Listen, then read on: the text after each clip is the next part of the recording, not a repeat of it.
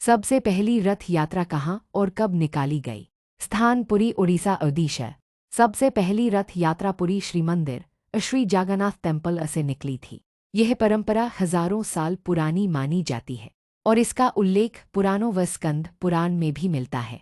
ऐसा माना जाता है कि राजा इंद्रद्युम्न ने जब भगवान जगन्नाथ की मूर्ति स्थापित करवाई, उसी के बाद से यह रथ यात्रा परंपरा शुरू हुई। रथ यात्रा क्यों मनाई जाती है, इसके पीछे का कारण।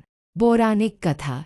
भगवान जगन्नाथ श्री कृष्ण, भाई बलभद्र और बहन सुभद्रा स्नान पूर्णिमा के दिन राजसी स्नान करते हैं।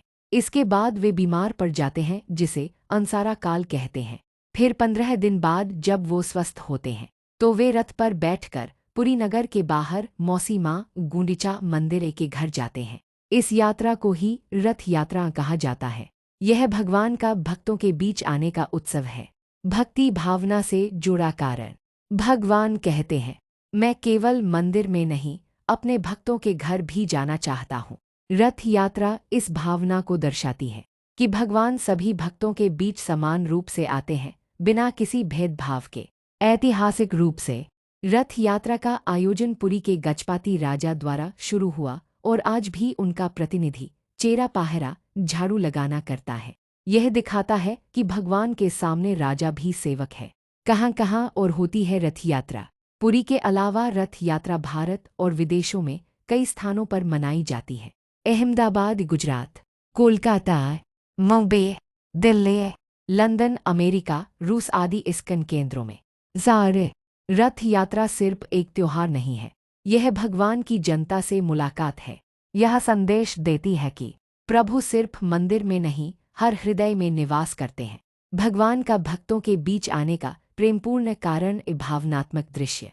हर साल भगवान जगन्नाथ खुद अपने रथ पर सवार होकर भक्तों के बीच आते हैं, ताकि वो देख सकें कौन कौन उनके दर्शन को तरस रहा है, कौन आंखों में आंसू लेकर राह देख रहा है।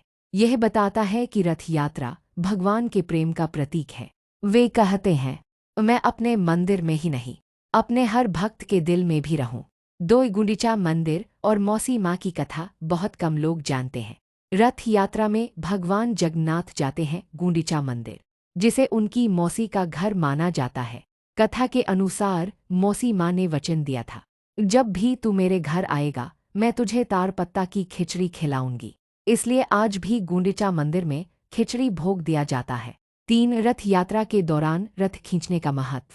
ऐसा माना जाता है कि अगर कोई भक्त भगवान का रथ खींच ले तो उसके साथ जन्मों के पाप नष्ट हो जाते हैं। यह भाव वीडियो में भक्तों की भीड़ रस्सी खींचते दृश्य के साथ दिखाएं बेहद असरदार होगा। 4 चेरा पाहरा परंपरा। राजा भगवान का सेवक। पुरी के राजा खुद झाड़ू लगाते हैं भगवान के रथ के सामने। यह परंपरा सिखाती है कि ईश्वर के सामने सब समान है। जो रथ पर है वो भगवान है, जो झाड़ू लगा रहा है वो राजा। पर प्रेम में दोनों भक्त हैं। 5 भगवान के बीमार पड़ने का भाव। अंसार काल। स्नान पूर्णिमा के बाद जब भगवान बीमार पड़ते हैं, भक्त कहते हैं, प्रभु की तबीयत ठीक हो जाएगी तभी दर्शन देंगे। यह मनुष्यता और भक्ति के जुड़ाव का भाव दर्शाता है। 6 रथ यात्रा अब विश्वव्यापी क्यों हो गई? इस्कन संस्थान ने रथ यात्रा को दुनिया भर में फैलाया। आज 100+ देशों में रथ यात्रा होती है। दर्शकों को बताए कि यह सिर्फ हिंदुओं का त्योहार नहीं, यह वैश्विक भक्ति का पर्व बन चुका है।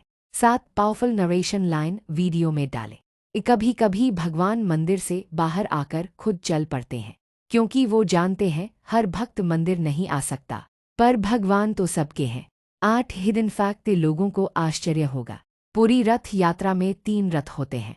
नंदी घोष जगन्नाथ जी का रथ, तालध्वज बलभद्र जी का रथ, दर्पदलन सुभद्रा जी का रथ। इनके रंग, पहिए, ध्वज हर एक का गहरा आध्यात्मिक अर्थ है। इसे वीडियो में दिखा सकते हैं। Bonus short ending line call to action के लिए।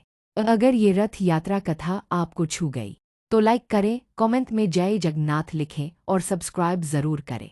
अगली लीला में फिर मिलेंगे प्रभु के साथ।